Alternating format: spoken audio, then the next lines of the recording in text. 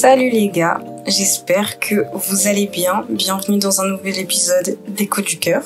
Ça fait un petit moment. J'espère que vos vacances se sont bien passées, que vous êtes tous bien reposés, que votre rentrée aussi s'est bien passée. Parce que voilà, c'est quand même important, que ce soit école, que ce soit travail, peu importe, que votre rentrée s'est bien passée. Franchement, moi je suis rentrée il y a pas longtemps. Et mes vacances m'ont vraiment fait du bien. Franchement, j'ai vraiment profité. Donc j'espère que vous aussi. Voilà, petite annonce. Je suis allée en Albanie et c'était super. Donc pour toutes les personnes qui hésitaient à aller en Albanie, bah voilà, foncez en fait. C'est juste trop bien. Donc voilà, juillet-août c'est passé. On est enfin en septembre. Et septembre, pour moi, je trouve que c'est un mois de renaissance. Peut-être le mot est un peu fort, mais c'est là où voilà, les gens ont eu un recul sur leur année en juillet-août et ils ont tout simplement des nouvelles résolutions. Voilà, pour moi, le mois de septembre, c'est un peu un mois de nouveau départ, en fait. Où tu te dis, bon, j'ai fait le... Comment dire ? J'ai fait le topo de janvier à août. Maintenant, qu'est-ce que je fais pour cette fin d'année ? Et c'est pour ça que j'aime bien le mois de septembre. Et moi, j'ai eu le temps aussi de faire le mien, de faire mon topo. Et pendant mes vacances, j'ai compris une chose qui va être ce dont on va parler aujourd'hui. Ce que j'ai compris, c'est que on a du mal avec l'une des personnalités de Dieu.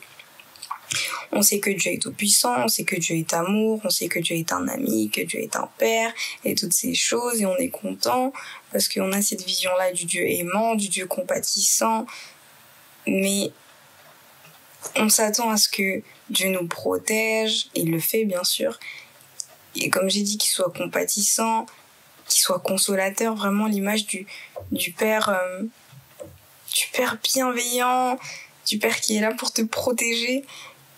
Et en fait, Dieu a une autre facette forcément, mais on accepte beaucoup moins cette facette-là. Et c'est la facette du Père qui nous corrige. Et ce qui est drôle, on va dire, c'est qu'on est tous d'accord pour dire que tout concourt au bien de ceux qui aiment Dieu, que Dieu a des projets de bonheur pour nous et non de malheur. Mais lorsque Dieu nous corrige, on est irrité, on comprend pas. Parfois, on va se dire que c'est l'ennemi qui nous attaque. Et en fait, moi, ça me fait un peu rire. Et aujourd'hui, j'ai pas de verset de base. On en a plusieurs. Mais il y a celui-là, Proverbe 12, verset 1, qui nous dit « Celui qui aime la correction aime la science. Celui qui hait la réprimande est stupide. » Donc, ça me fait rire, mais c'est pas drôle. Mais ça me fait rire parce que on a besoin d'apprendre à aimer cette facette-là de Dieu. Il faut qu'on comprenne que être un père, ça implique de prendre les meilleures décisions pour son enfant. Et les meilleures décisions, c'est pas forcément ce que l'enfant veut. Et forcément, ça va passer par des corrections, ça va passer par des empêchements. Et parfois même, Dieu va fermer des portes dans notre vie. Et comme j'ai dit tout à l'heure, on va penser que c'est l'ennemi qui nous attaque, qui veut nous voir échouer. Alors que parfois, c'est simplement Dieu qui nous empêche d'aller vers un endroit qui n'est pas bon pour nous et qui cherche à nous donner mieux que ce que l'on pense. En fait, Dieu n'est pas là pour nous donner forcément ce qu'on veut. Dieu a un plan pour notre vie et il veut nous donner vraiment au-delà de ce que l'on peut penser.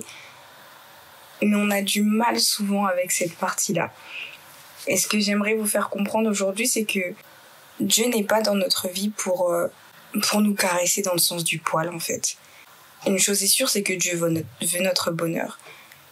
Mais comme j'ai dit, notre bonheur n'est pas forcément dans ce que l'on veut. L'Éternel est là pour nous donner ce dont on a besoin. Et souvent, c'est ça qui est super drôle, c'est que souvent, ce dont on a besoin, ça a toujours été juste à côté de nous, mais tellement on s'est voilé la face, on l'a pas vu parce qu'on était tellement bornés par ce que l'on voulait et qu'on pensait que c'était bien pour nous et que ça allait nous rendre heureux, que Dieu nous l'a caché jusqu'à ce qu'on soit prêt pour prendre soin de cette chose, en fait. Et en vrai, quand on regarde, c'est la même chose dans la Bible. La Bible, elle est pas faite pour nous conforter dans nos mauvais penchants. C'est pour ça que les proverbes existent. Mais Dieu, il est pas là pour nous donner une vision qui nous conforte. Dieu est là pour nous emmener à la sanctification. Et justement, Dieu est la parole. Et comme j'ai dit, cette parole, elle est là pour nous emmener vers la sanctification. Donc si Dieu vient et ferme des portes, où il va nous mener vers un autre chemin que ce qu'on avait prévu, en fait, c'est pour notre bien. Parce qu'on sait que tout concourt au bien de ceux qui aiment Dieu. On sait que Dieu n'a pas des projets de malheur pour nous. Donc quand il ferme une porte, c'est sa volonté, on doit se formater à comprendre que c'est pour notre bien. Si Dieu t'empêche d'aller dans une direction, c'est que cette direction n'est pas bonne pour toi. Ou parfois, c'est pas forcément que c'est pas bon, c'est juste qu'il a encore mieux, en fait. Et on doit surtout apprendre à choisir la volonté de Dieu avant la nôtre. Ou du moins d'aligner notre volonté à la sienne. On doit apprendre à voir la grande image et à penser sur le long terme. Parce que souvent, les choses qu'on veut, c'est des choses qui vont nous rendre heureux maintenant, sur le moment. Moi, je veux aller à tel endroit parce que je sais que ça va être bien. Et on ne pense pas forcément aux conséquences sur le long terme, en fait. Et ce que j'ai compris, c'est que si Dieu te ferme des portes, c'est parce que cette porte n'est pas faite pour toi. Ou comme j'ai dit, que tu es destiné à mieux que ça, en fait. Je prends un exemple tout bête. Tu voulais avoir un appartement, une magnifique salle de bain, parce que tu sais que ça allait te rendre heureuse, toi, parce que t'aimes prendre soin de toi, etc., t'aimes te chouchouter, et finalement tu as pas cet appartement. Et t'es triste, t'es dégoûté parce que tu te dis c'est ce que je voulais, j'en voulais pas d'autre, etc. Et finalement tu trouves un autre appartement que tu prends parce que tu te dis voilà. Et en fait cet appartement-là, il a un grand salon, une grande cuisine, parce que Dieu sait que avec ça, t'es quelqu'un qui aime faire plaisir aux gens, qui aime les accueillir correctement, et ta maison va pouvoir être un lieu d'accueil pour plein de personnes, et que voilà, tu vas pouvoir, je sais pas, peut-être annoncer la parole dans ta maison. Et en fait, Dieu voit au-delà. Dieu voit au-delà. Ça va peut-être pas te rendre heureux sur le moment parce que tu voulais, c'était la salle de bain, mais sur le long terme, Dieu voit cette image de toi qui arrive à regrouper beaucoup de gens, vous passez du temps dans la présence de Dieu et ce genre de choses. Et c'est comme ça que Dieu fait les choses. Dieu va te donner en fonction de ce dont tu as besoin, mais aussi en fonction de qui tu es, de tes capacités et des attentes qu'il a de toi. Si toi tu veux aller forcément vers un domaine, mais que Dieu t'attend dans un autre domaine, parce que c'est là que tu vas pouvoir le glorifier, c'est là que tu vas pouvoir briller pour lui, Dieu va te fermer la porte. Et c'est logique en fait. Vu comme ça, c'est logique, mais quand on est dedans, on a du mal à le comprendre. Et il faut qu'on comprenne que quand une porte se ferme, quand Dieu nous corrige sur, je sais pas, même notre comportement, il faut pas se braquer, mais il faut regarder au plan de Dieu pour notre vie. Ce qu'il faut faire, c'est se demander, ok, est-ce que c'est la volonté de Dieu ou c'est vraiment l'ennemi qui veut m'attaquer? Parce que parfois, oui, c'est l'ennemi qui nous attaque. Cet appartement est fait pour toi, mais tu as des bâtons dans les roues et tu n'y arrives pas. Il faut que tu forces, que tu forces et que tu forces. Mais parfois, c'est juste Dieu qui ferme la porte. Et ce qu'il faut que tu fasses, c'est ne pas endurcir ton cœur tout de suite. Non, enfin, tout court en fait. N'endurcis pas ton cœur, examine ton cœur, remets-toi en question, regarde, ok Seigneur, est-ce que c'est vraiment là que je dois être? Est-ce que c'est toi qui as fermé cette porte? Est-ce que c'est un lieu où je ne suis pas destinée à être? Il faut commencer à penser comme ça. Parce qu'on l'avait déjà vu dans un autre épisode, mais un échec n'est pas un échec. Un échec, c'est une opportunité de faire mieux encore, d'atteindre des sommets encore plus hauts.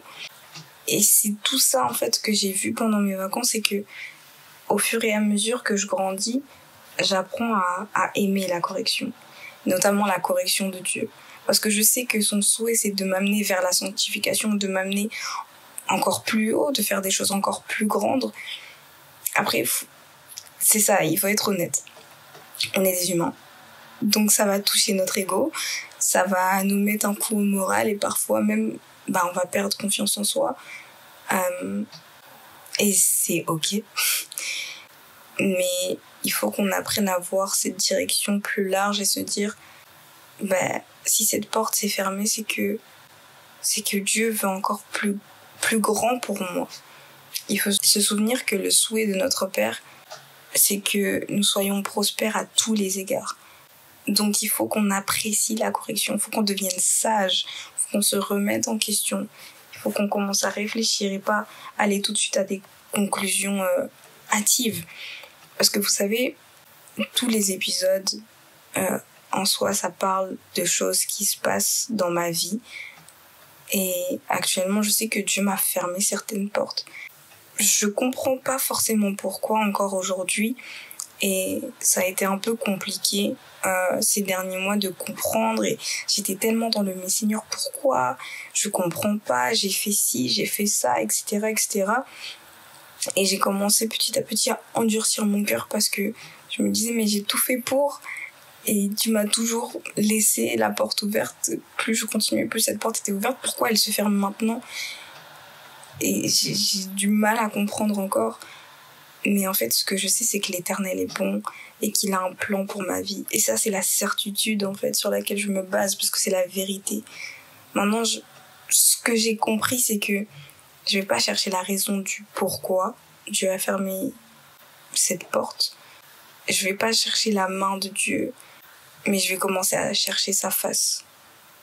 Parce que j'ai besoin, pour comprendre la volonté de Dieu, j'ai besoin d'être proche de Dieu. J'ai besoin de réfléchir comme Dieu réfléchit. J'ai besoin de m'imprégner, en fait, vraiment de l'esprit de Dieu, en fait. C'est comme ça que tu comprends.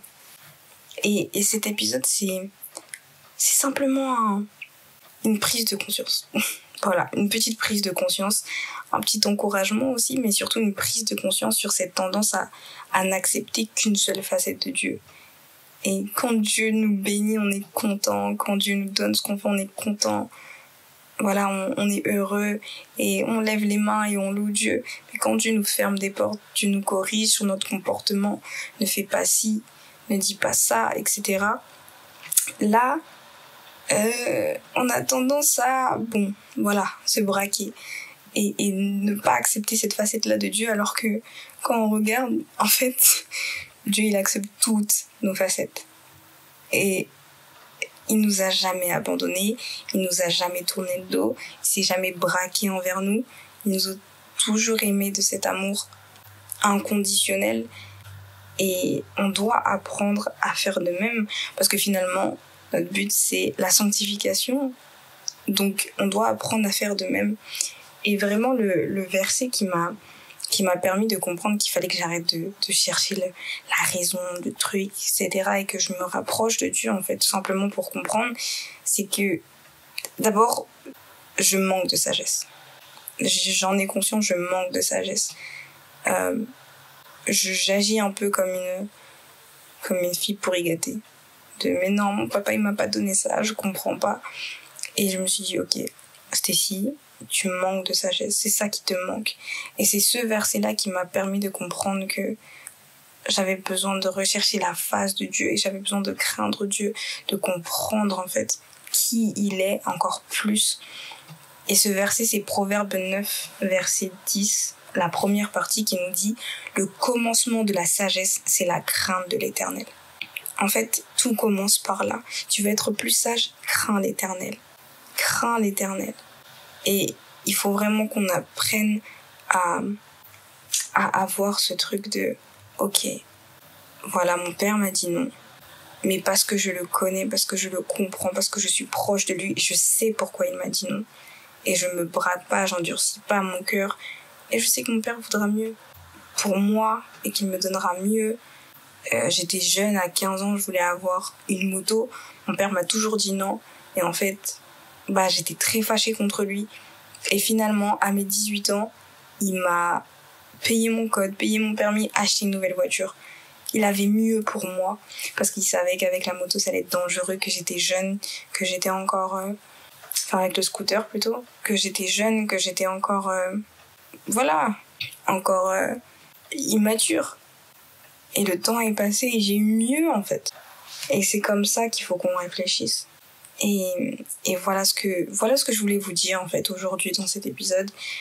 Et la morale, on va dire, de toute cette chose, c'est vraiment que notre Père qui est dans les cieux, il nous aime. Et c'est parce qu'il nous aime qu'il nous corrige. C'est parce qu'il veut notre bien, c'est parce qu'il veut qu'on soit prospère, qu'on soit heureux. C'est pour ça qu'il nous corrige, c'est pour ça qu'il nous ferme des portes. Et il y a même un verset dans Job 5, verset 17, qui nous dit « Heureux l'homme que Dieu châtie, ne méprise pas la correction du Tout-Puissant. » Si Dieu nous châtie, c'est parce qu'il veut mieux pour nous, il veut qu'on soit mieux, il veut qu'on soit sanctifié, il veut qu'on soit pur, il veut qu'on soit à notre 100% en fait. Donc c'est pour ça qu'on ne doit pas mépriser cette facette de Dieu. On ne doit pas mépriser la correction de Dieu. On doit embraser en fait sa volonté, parce que sa volonté est meilleure que la nôtre. Elle est 10 fois, 100 fois, 1000 fois meilleure que la nôtre. Et souvent, quand finalement on accepte que Dieu nous a fermé une porte et qu'on voit la bénédiction qu'il avait pour nous derrière, on se dit en fait c'était largement mieux. Mais largement. Donc... nous pouvons l'appeler Abba Père. Il n'y a aucun problème pour ça. Mais il faut comprendre qu'il y a deux parts. Il y a deux parts. Il faut qu'on accepte les deux. Donc voilà. C'est tout ce que j'avais à dire pour cet épisode. Je pense que c'est quelque chose qui a quand même bien marqué mon esprit et que voilà. Au fur et à mesure je grandis, je continue à apprendre des choses. Je continue à avoir des prise de conscience des choses, et je pense que voilà, pour cette rentrée c'est quelque chose qu'on doit comprendre, que Dieu est un Père, qu'il va nous corriger et qu'il va forcément nous bénir comme il le fait tous les jours en fait. Donc voilà, j'espère sincèrement que ça vous a plu. Encore une fois, je vous souhaite une bonne rentrée à tous. Voilà, que cette fin d'année se passe bien pour vous tous, que Dieu vous donne ce dont vous avez besoin, qui continue à vous élever, qui continue à vous bénir et qui continue aussi à vous corriger dans vos mauvais penchants. En tout cas, voilà. Gloire à Dieu pour cet épisode, parce que je pense que c'est une bonne prise de conscience à avoir dans cette période-là. En tout cas, moi, je vous dis à la prochaine et puis que Dieu vous bénisse. Salut!